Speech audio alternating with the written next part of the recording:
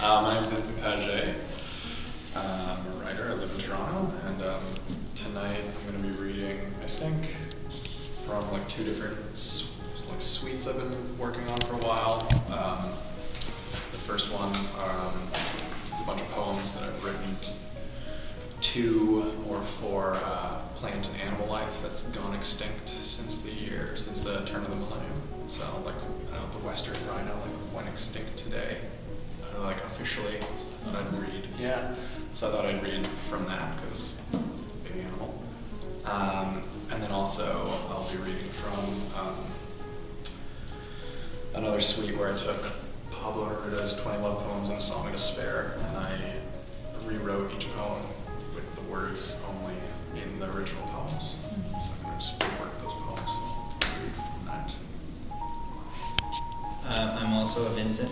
I'm Vincent Colistro, and I don't know what I'm going to read yet, but normally I print off about 3 times what I need to read, and then just let my mood kind of do the rest when I get up there. But I printed off ones that I normally wouldn't read and that I've never read before. They're kind of outliers. And I'm not sure that I even, anyway. I was going to say that I didn't like them, but that's not true. I just don't. No, they're fine. That's what I'm doing. Okay, I'm Ashley Elizabeth Best. I'm just going to read some poems from a chapbook that I'm working on called Now You Have Many Legs to Stand On.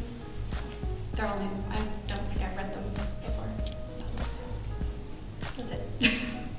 Awesome. My name is Domenica. I'm from Montreal, but I've been in Toronto for about a year. I'm going to be reading a couple of poems from this mermaid project that I'm working on, where I'm just writing a bunch of mermaid and siren poems, kind of exploring their symbolic meaning throughout culture, where we find them today, where we appropriate them from history, things like that. I'll read a couple of those, and maybe some poems from a chapbook that's coming out soon, in a couple days actually.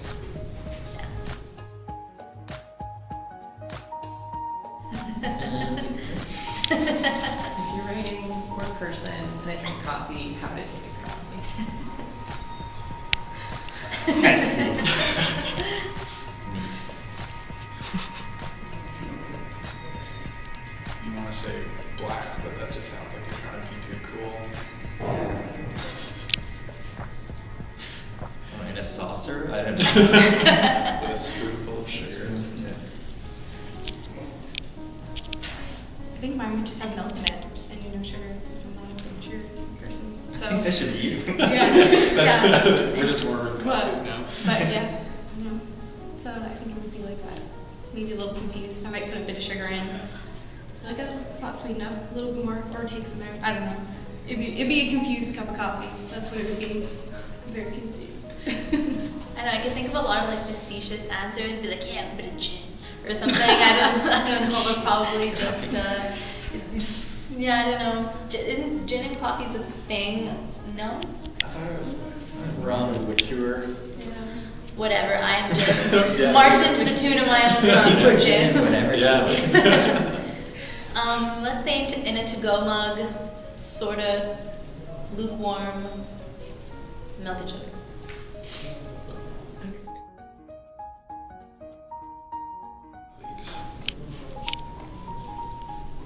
AV Club, probably.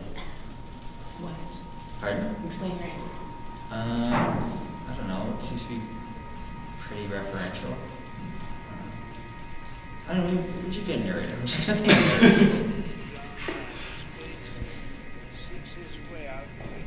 I keep wanting to just say what how I was in high school, but I'm like, I don't know. Poetry doesn't need to be a reflection of me. I don't know. It would be like that really nerdy girl who reads behind textbooks, but wears super short skirts to class and gets detentions for being very okay with her physicality.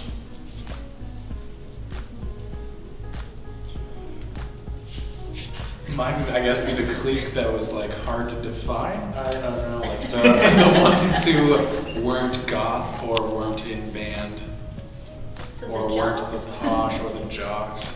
They were just kind of the kids that sat at lunch and no one really paid attention to, but just kind of hung out. I think mine would just be the one that sort of hovers around each different group, but isn't necessarily a part of any. Just kind of goes from one to the other.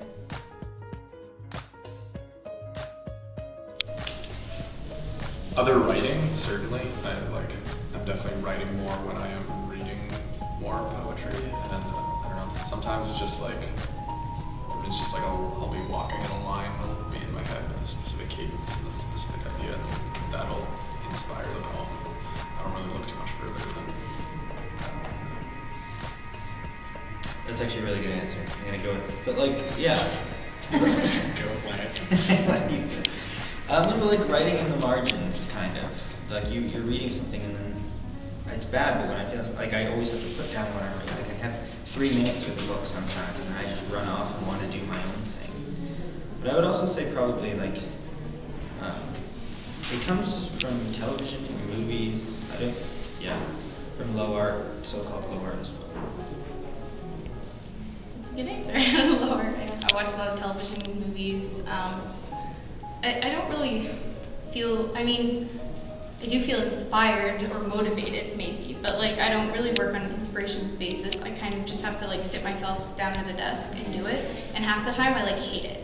Like I'm just sitting there like I want to get up, I want to go do something else, but I have to sit here and I have to finish this, and I hate it the whole time doing it, but then at the end I'm always pleased with the outcome. So that's what keeps me, I guess maybe like the outcome keeps me coming back.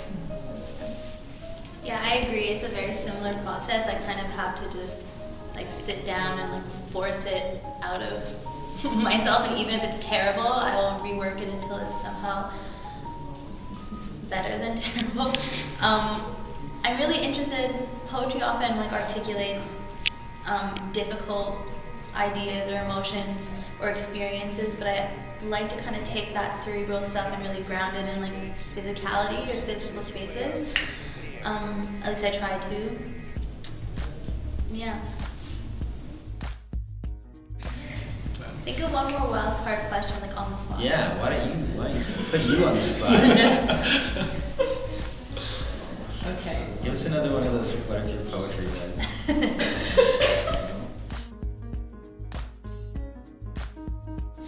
Mine would be a very cheaply made palace.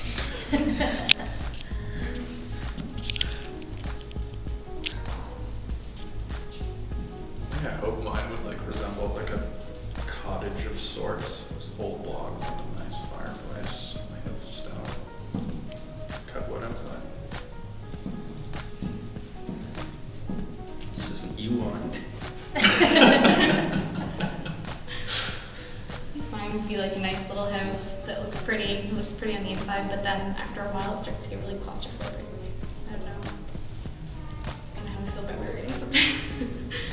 I just got an image in my head of like the last scene of The Matrix, but that's probably not like the white room at the end. Which movie? The first one. First one. First Matrix. Right. But I'd probably be a large house with very long hallways.